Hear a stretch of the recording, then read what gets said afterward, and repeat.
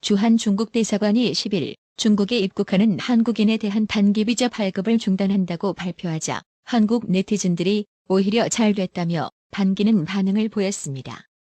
이날 중국 측의 비자 발급 중단 소식이 전해지자 대부분의 한국 네티즌들은 잘 됐다. 듣던 중 좋은 소식.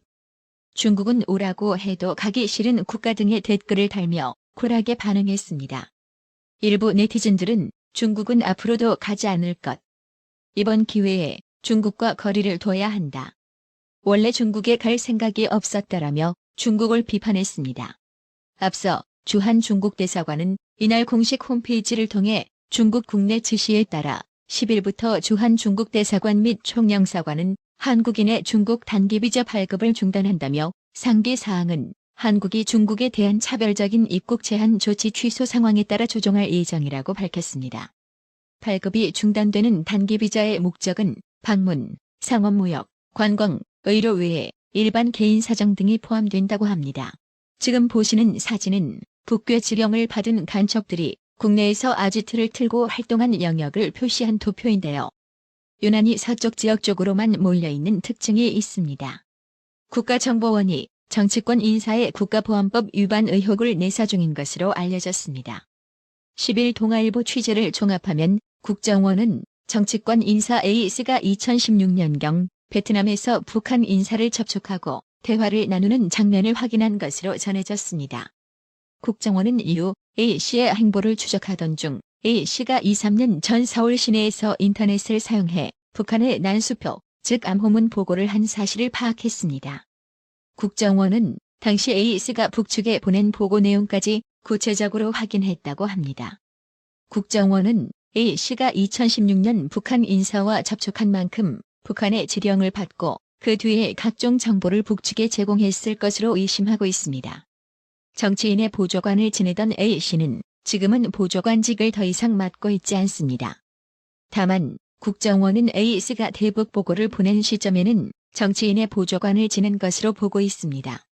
정부 고위 당국자는 10일 국가정보원과 경찰이 벌이고 있는 경남 창원 등의 국가보안법 위반 사건 수사 상황에 대해 한마디로 나라가 넘어갈 뻔했다고 밝혔습니다.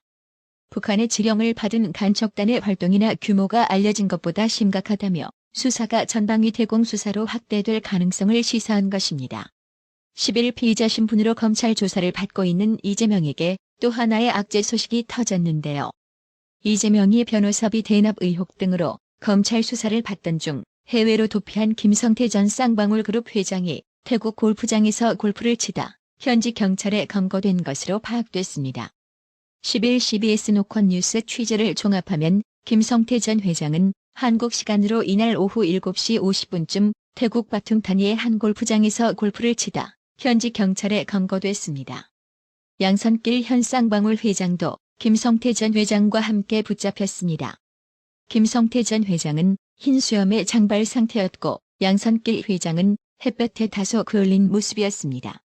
도망자 김성태 전 회장은 이재명이 변호사비 대납 의혹과 쌍방울 주가 조작 의혹, 이화영 전 경기도 평화부지사의 뇌물 제공 의혹, 불법 대북 송금 의혹 등에 연루된 핵심 인물입니다. 김성태 전 회장이 붙잡히면서 쌍방울 관련 각종 의혹에 대한 수사도 속도가 붙을 전망입니다. 박대출 국민의힘 의원이 10일 성남FC 불법 후원금 의혹 사건 피의자로 소환조사 출석한 이재명을 저격했습니다. 박대출 의원은 이날 페이스북을 통해 이재명이 출석 기자회견에서 아무런 개인적 이익이 없다며 항변했는데 멀리 갈 것 없다며 박근혜 대통령을 저격했던 이재명이 과거 글을 공유했습니다.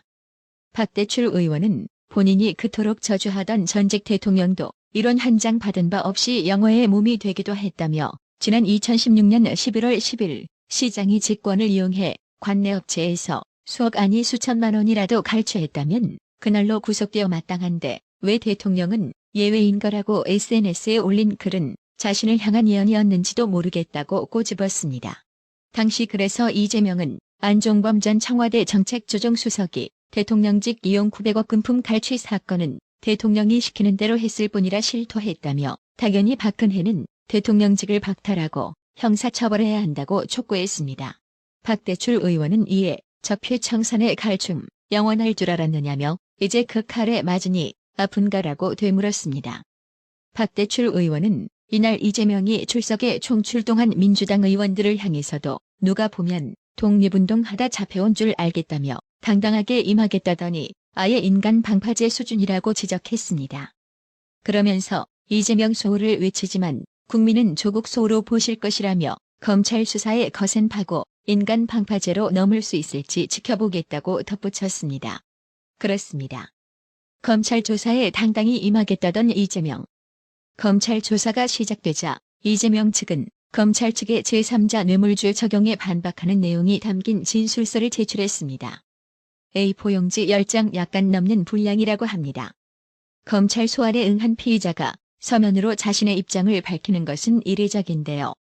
진술서로 답변을 대신할 거면 굳이 검찰 소환에 왜 응했을까요?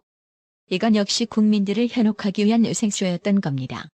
또 이재명은 성남FC 후원금 의혹 사건의 피의자 신분으로 검찰 조사를 받으면서 오후 6시까지만 조사를 받겠다며 사실상 진술을 거부하다 검찰이 성남시 요구한 문건 등을 제시하자 갑자기 태도를 바꾼 것으로 전해졌습니다.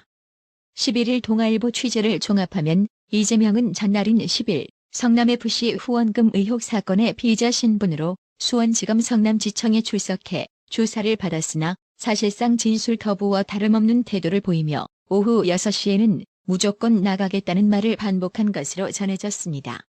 그런데 이재명이 태도가 급변한 것은 수사팀이 이재명이 준비해온 진술서로는 소명이 되지 않는 성남시 요구사항이 담긴 문건을 제시하면서부터라고 합니다. 자신이 준비해온 답변과 배치되는 성남FC 후원 기업 관계자들의 진술과 관련 문건을 수사팀이 제시하자 나는 몰랐다는 취지로 답변한 것으로 알려졌습니다. 수사팀이 네이버와 두산, 차병원 관계자가 정진상 당시 성남시 정책비서관을 만난 이후 성남시 요구안을 정리한 문건 등을 제시하자 이재명은 정진상이 그랬다는 거냐고 답했다고 합니다. 그러면서 처음 본다, 몰랐다 등의 답변을 되풀이한 것으로 알려졌습니다. 검찰은 이재명이 과거 성남FC 대표에게 정진상 비서관과 상의하라고 말한 진술 등을 확보하고 있는 만큼 이재명이 꼬리 자르기를 하려는 것 아닌지 의심하고 있습니다. 검찰은 이재명이 2015년 2월에서 3월 곽선우 당시 성남FC 대표에게 성남FC 운영을 정진상에게 맡겨뒀다, 정진상과 상의해서 모든 걸 결정해라는 취지로 말했다는 진술과 증거를 확보하고 있습니다. 수사팀은 이 발언을 근거로 이재명을 압박한 것으로 알려졌습니다. 검찰은 이재명이 지위와 영향력을 감안할 때 증거인멸의 우려가 있다고 판단해 수사팀이 확보한 문건 등 물증을 전날 조사에서 다 제시하지 않고 일부만 보여준 것으로 알려졌습니다. 한 법조계 관계자는 검찰이 제시한 자료와 진술 등을 보고 당황의 태도를 바꾼 것으로 보인다고 했습니다. 지금 보시는 사진은 성남FC 의혹과 관련해 피의자 신분으로 검찰에 출석한 이재명이 약 12시간 만에 소환 조사를 마치고 귀가하기 위해 차량에 탑승한 장면인데요. 이재명이 넉나간 표정을 보니 본인도 아마 엿됐음을 알고 있는 것 같은데요. 이날 검찰 조사를 받고 나온 이재명은 대기하던 취재진과의 인터뷰에서 충실하게 소명할 것 소명했다고 말했습니다. 이어 답은 정해졌고 기소할 것이 명백하다, 조사 과정에서도 그런 점들이 많이 느껴졌다며 결국 법정에서 진실이 가려질 것이라며 제시한 자료들을 봐도 제가 납득할 만한 근거는 없었다고 말했는데요. 그건 피의자 이재명 네 생각이고요. 아마 검찰이나 법원은 다르게 생각할걸요? 설마 검사들에게 조사받으면서 예의가 없어 안 해라고 하진 않았겠지요? 이제 남은 건 검찰의 이재명 구속영장 청구 여부인데요. 검찰은 성남FC 불법 후원금 의혹과 관련해 이재명에 대해 구속영장을 청구할 가능성이 높은 것으로 관측됩니다.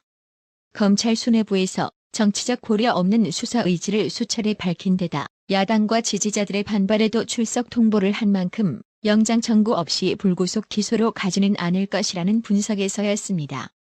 의혹이 제기된 지 4년 6개월여 만에 결론이 내려지는 셈인데요.